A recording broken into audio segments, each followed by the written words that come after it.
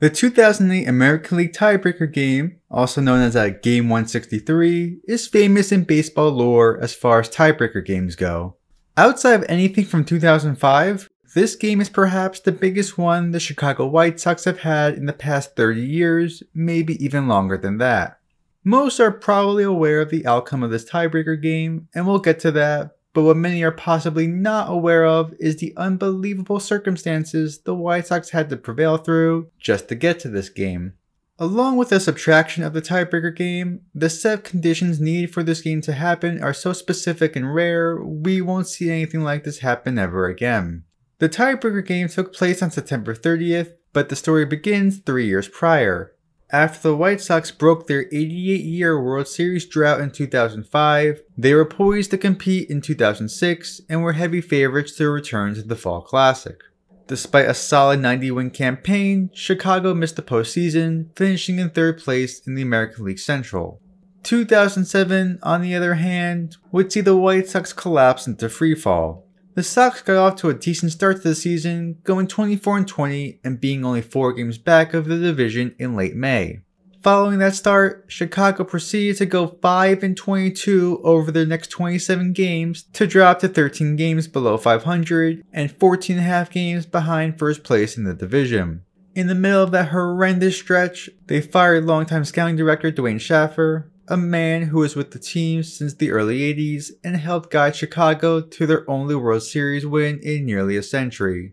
I'm particularly fond of a 4-game series the White Sox had against the Red Sox that season, in which the Red Sox won all 4 games by at least 8 runs, outscoring Chicago 46-7.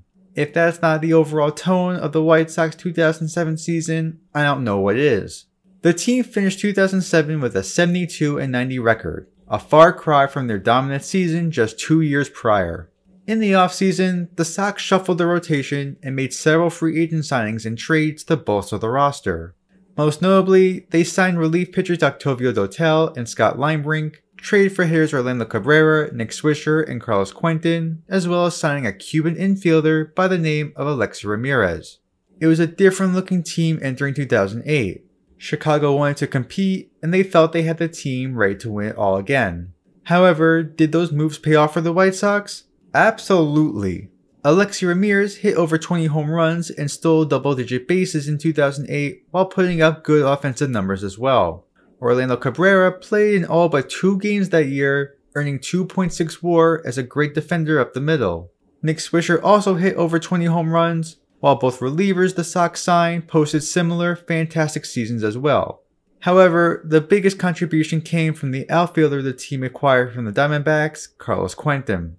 After 2 lackluster seasons in the desert, Quentin broke out in 2008 with the White Sox. He hit 34 home runs, drove in 100 RBIs, and earned 5.3 WAR while slashing .288 with a .394 on base and .571 slugging for .965 OPS and 149 adjusted OPS. He was an all-star that season and placed 5th in American League MVP voting.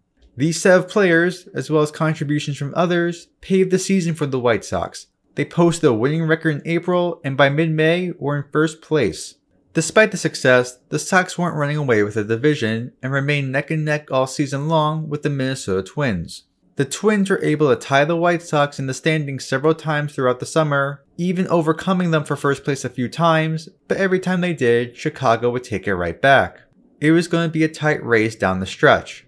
Everything was going right for Chicago, even well into September. They held a small yet critical lead over the Twins for first place, traded for future Hall of Famer Ken Griffey Jr. at the trade deadline to strengthen the roster, and were on their way to their first playoff appearance in 3 years. Now is when we can skip to September 22nd. Entering that day, the White Sox were up 2.5 games over the Twins in the standings with only 6 games left to play. Considering the wildcard team Boston Red Sox were 5 games ahead of the White Sox overall, there was no chance they or the Twins would compete for the wildcard. It was division or bust. With 6 games left, the White Sox traveled north to Minnesota to face the Twins in a 3-game series. Obviously, this is the biggest series of the season for both teams. The Twins could gain serious traction on Chicago with a series win, while the White Sox could shut the door and clinch the Central Division with a series win on the road in front of the team you're competing against. What happened in this series? In a stunning turn of events, the Twins swept the White Sox, winning all 3 games, including Chicago blowing a 5-run lead in the 3rd game of the series to lose in extra innings. From 2.5 games ahead to a half game back with 3 games left to play, the White Sox had their backs against the wall, and everything they built up so far was on the verge of collapsing. This would be a heartbreaking season for the ages. Management overhauled the roster during the offseason, saw a significant improvement right away, steadily stayed in first place for almost the entire season, only to fall just short in the final week of the season and go home without a playoff appearance. Luckily, in the final series of the season, the White Sox had to face the Cleveland Indians, a team that finished the season with a .500 record, but were 6-10 against Chicago that season. Unluckily for Chicago, the Twins got to host the last place Royals, and Minnesota was 11-4 against Kansas City entering that series. The White Sox not only needed to win, they had to rely on a last place team with one of the worst records in the league to win against the Twins. In addition to all of that, there is one more caveat to everything leading up to the final series. 2 weeks earlier, in a series against the Detroit Tigers, the White Sox had to postpone games in back-to-back days due to rain. What was supposed to be a 3-game series with a game on September 12th, 13th, and 14th turned into a doubleheader on the 14th. Following that doubleheader, the White Sox immediately flew to New York to face the Yankees, while the Tigers flew to Texas to face the Rangers. They couldn't fit that 3rd and final game of the series into the schedule, which is why the White Sox were a half game back of the Twins. They played 1 game less. Normally, if a game gets postponed so late in the season, it would simply be cancelled. Although rare, it does happen from time to time in Major League Baseball. There's simply just not enough room in the schedule to make it up, and if the game is meaningless, why even play it? However, since that game might have playoff implications attached to it, it would need to be made up should it impact the division. Late season postponed games only get cancelled when it does not impact the standings. If the White Sox and Twins finish the regular season a half game within each other, then the Sox would host the Tigers in that makeup game to determine the division outcome. For the record, the Tigers finished the season under .500, and that makeup game would be irrelevant for them, but it could mean everything in the world for the White Sox. Unfortunately for Chicago, they lost the first 2 games of the series to the Indians, being outscored 23-14 across those 2 games. The absolute worst time for the pitching to implode. However, the Minnesota Twins, facing a last place team with nothing to play for, also lost the first 2 games of the series, being outscored 12-3. The White Sox caught an absolute break. What should have been a cakewalk for the Twins turned into a second chance for Chicago. They had imploded the final week of the season, losing their last 5 games, but Minnesota's 2 losses to the Royals kept the Sox's season alive. With a half game back and 1 to play, there are 4 scenarios that could occur.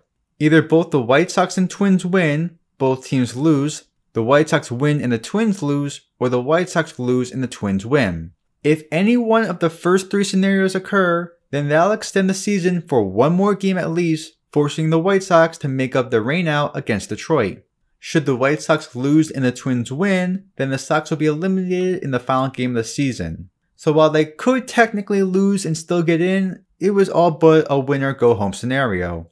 Veteran starter Mark Burley took the mound against the Indians and promptly threw 7 terrific innings to give the White Sox a crucial win. However, the Twins had also won, keeping Minnesota in first place for the time being. Since both teams won, the postponed game had to be made up. Should the White Sox lose the makeup game to the Tigers, then they will be eliminated. Should the White Sox win, then the Twins will have to fly down to Chicago to face them in a tie-breaking winner-take-all Game 163. That's 3 consecutive elimination games against 3 opponents in 3 straight days, and the White Sox had to win all of them to make the playoffs. In that makeup game, the White Sox were down a run in the 6th inning, but a 5-run frame, capped by a grand slam from Alexi Ramirez, gave Chicago the lead, and they eventually won 8-2. Chicago kept their season alive for at least 1 more day again, controlling their own destiny this time. Dubbed the Blackout Game, nearly everyone in attendance wore black attire. The stadium gave out black towels for every fan to wave, and honestly, it's quite the sight to see. A classic pitcher's duel, both starting pitchers were dealing, blanking each other's lineup all day. In the 5th inning, with a runner on first and 1 out, center fielder Ken Griffey Jr. threw out what would have been the go-ahead run at the plate to keep the game scoreless. For a game titled the Blackout Game, it's only fitting that both teams' hitting was blacked out as well. After that double play by Ken Griffey Jr., Twin star Nick Blackburn threw a 1-2-3 inning against the Sox in the bottom half. Chicago star John Danks struck out Alexi Casilla in the 6th to keep the game knotted at 0, while Blackburn turned in another 1-2-3 inning in the bottom half of the 6th. The game stood at 0-0. Entering the 7th, White Sox manager Isaac Guillen kept his starter on the mound, and Danks turned in a 1-2-3 inning of his own. With the game at a 0-0 standstill heading into the bottom of the 7th, designated hitter Jim Thome finally broke the tie, homering off Blackburn to take a 1-0 lead. That run was the only one scored that entire game. John Danks threw 8 scoreless innings, Bobby Jenks pitched a brilliant 9th inning to seal the deal, and the White Sox had won 1-0 to advance to the playoffs. While the White Sox may have lost in the first round of the playoffs, what they did just to get in is historic. Everything had to go right for them in the final series, from the Royals pouncing on the Twins, to forcing the makeup game against the Tigers, to winning the tiebreaker game to cap off the season. The White Sox needed to win 3 games in 3 days against 3 opponents. A loss in any game could or would lead to elimination, but they prevailed and won the American League Central in the most bizarre and climatic way.